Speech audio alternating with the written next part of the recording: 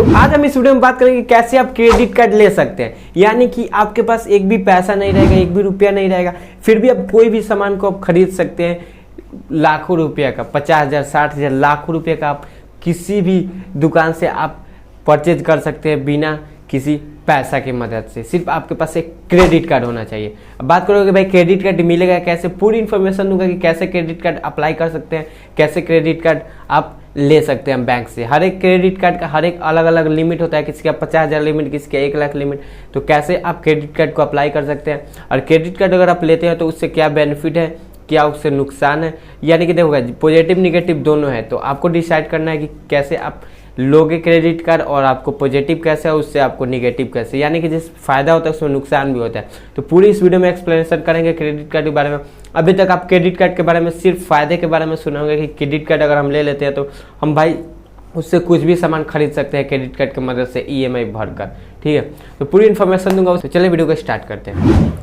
तो बात करें क्रेडिट कार्ड कैसे ले सकते हैं। तो यानी कि आपके मन में होगा क्रेडिट कार्ड और डेबिट कार्ड क्या होता है। तो पहले मैं आपको क्रेडिट कार्ड और डेबिट कार्ड को दोनों को मैं अच्छे से समझा देता हूँ। यानी कि डेबिट कार्ड वो चीज़ होता है जिससे हम कार्ड से पैसा निकाल सकते हैं, और क्रेडिट कार्ड वो चीज़ है कि जिसमें अगर आपके पास पैसा भी नहीं है तो वो क्रेडिट कार्ड, यानी कि अगर बैंक आपको 1 लाख का लिमिट दिया है तो आपके पास पैसा भी नहीं है तो अब वो 1 लाख आप उसमें रिजर्व रहता है। यानी कि वो क्रेडिट कार्ड में रिजर्व रहता है 1 लाख, उससे आप कहीं भी परचेज कर सकते हैं, कहीं से भी आप सामान उससे खरीद सकते हैं, ऑनलाइन या ऑफलाइन। जहाँ पे क्रेडिट कार्ड अवेलेबल होगा वहाँ से आप ले सकते हैं। और हर एक बैंक का अलग अलग क्रेडिट कार्ड आता है, कहीं SBI तो कहीं सेंट्रल बैंक तो कहीं HDFC। यानी कि ऑनलाइन भी देखोगे तो बहुत सारा मतलब चीज़ पे यानी कि वो क्रेडिट कार्ड अवेलेबल नहीं होता है। तो ऐसा नहीं कि अगर आपके पास कोई भी बैंक का क्रेडिट कार्ड है तो आप सामान ईजिली खरीद सकते हैं, ऐसा नहीं होता है। क्योंकि देखो जैसे अगर आपके पास सेंट्रल बैंक का क्रेडिट कार्ड है तो सेंट्रल बैंक का अधिकतर फ्लिपकार्ट, अमेजोन पे क्रेडिट कार्ड का अवेलेबल नहीं होता है। HDFC बैंक जैसे हुआ तो HDFC बैंक का अवेलेबल रहता है, जैसे SBI हुआ तो SBI का अवेलेबल रहता है। यानी कि अगर आप किसी भी बैंक का आप क्रेडिट कार्ड ले रहे हो तो सबसे पहले आप उसे पूरी तरह रिसर्च करो कि वो क्रेडिट कार्ड से बेनिफिट हमारा है कि नहीं तो आप क्रेडिट कार्ड तो आप ले लोगे फिर आप रोते रह जाओगे। क्रेडिट कार्ड ले लोगे उसका आपको भरना भी पड़ेगा चार्जेज, और उसके बाद उससे आपको फायदा भी नहीं होगा। क्योंकि बहुत सारा क्रेडिट कार्ड, बहुत सारा जिस बैंक का क्रेडिट कार्ड मिलता है वो क्रेडिट कार्ड ऑनलाइन फ्लिपकार्ट या अमेजन या कोई और साइट पे वो क्रेडिट कार्ड ऑप्शन में रहता ही नहीं है। तो इसलिए पहले तो आप चेक करो कि कौन सा क्रेडिट कार्ड हमारे बेनिफिट है। तो मैं आपको 2-3 बैंक बताता हूँ जिसका क्रेडिट कार्ड अगर आप लेते हो तो बहुत ज़्यादा बेनिफिट मिलेगा।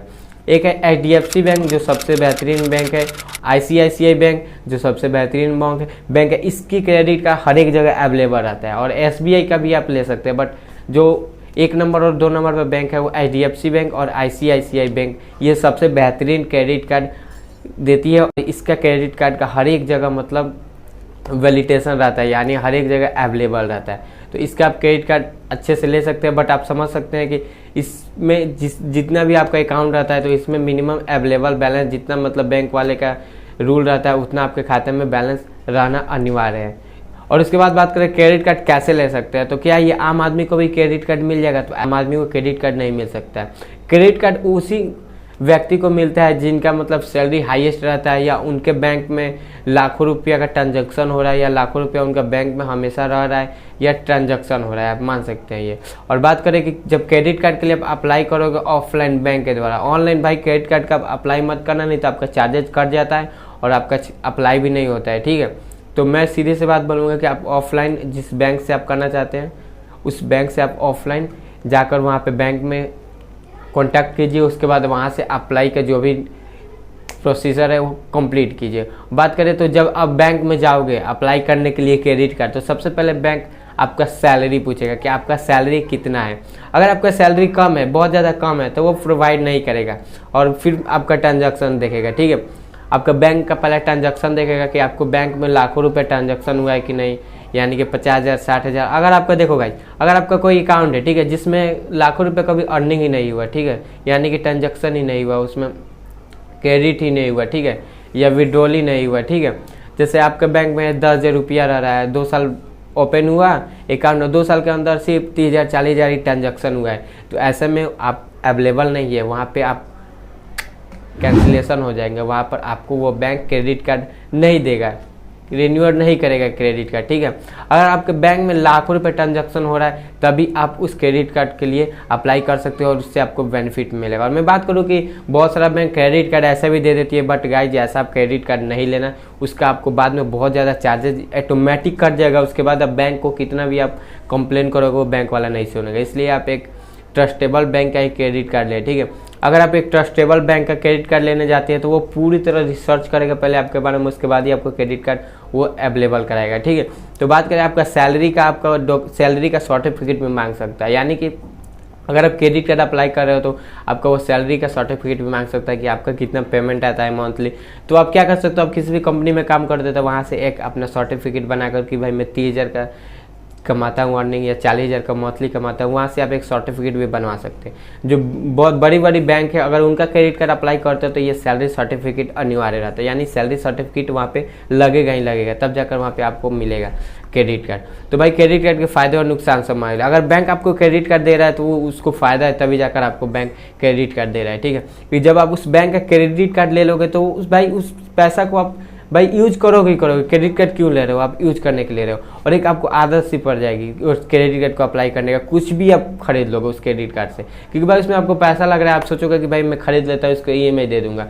तो गाइज वैसा है, क्या होता है क्रेडिट कार्ड जब दोगे ना तो उस पर भी चार्जेज करता है, ठीक है, जो EMI का रहता है चार्जेज वो करता है। तो इससे बैंक को भी फायदा है। और नुकसान की बात करें तो भाई बस आपका एक यही नुकसान है कि अगर आप एक क्रेडिट कार्ड ले लोगे तो भाई आपको एक आदत सी पड़ जाएगी। कुछ भी आप सामान खरीदने लोगे आप उसको चार्जेज नहीं देखोगे कि भाई 50,000 का सामान है और आप उसे अर्निंग कर रहे हैं तो 55,000 यानी 60,000 मतलब 6,000 7,000 EMI करके वो ले रहा है। तो फिर क्रेडिट कार्ड लोगे तो कोई भी अगर आप फ्लिपकार्ट या अमेजन या ऑफलाइन चार्जेज करते हो तो उस पर एक चार्जेज करता है। कुछ भी आप सामान परचेज करते हो तो उस पर एक चार्जेज करता है। तो फिर आपको आदत सी पड़ जाती है क्रेडिट कार्ड यूज करने का, उस पर कितना भी चार्जेज लगता है, 8%, 9%, 10%, हर एक बैंक का अलग अलग चार्जेज लगता है। फिर वो आप उसे नहीं देखते, उसे आप इग्नोर करते हो भाई चलो इसे तो मंथली ही हमें देना है।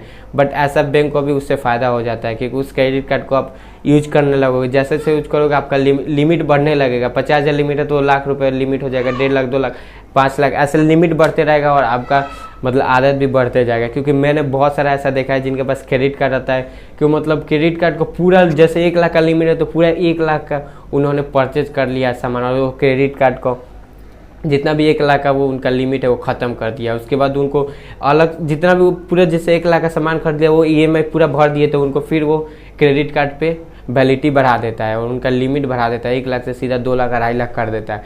तो ऐसे मतलब एक आदत सी पड़ जाती है, इसका यही एक निगेटिव है, ठीक है गाइज। तो आप डिसाइड कर सकते हैं आप क्रेडिट कार्ड लेते हैं तो बस मैं तो यही बोलूँगा भाई क्रेडिट कार्ड अच्छा है, आप क्रेडिट कार्ड लो क्योंकि उसका ज़्यादा चार्जेस करता नहीं है। बस आप सामान लोगे भाई, अगर चाहते हो कि भाई 1 लाख हम सामान ले लें उसका EMI भर सकते हैं तो आप क्रेडिट कार्ड ले सकते हैं गाइज, ठीक है।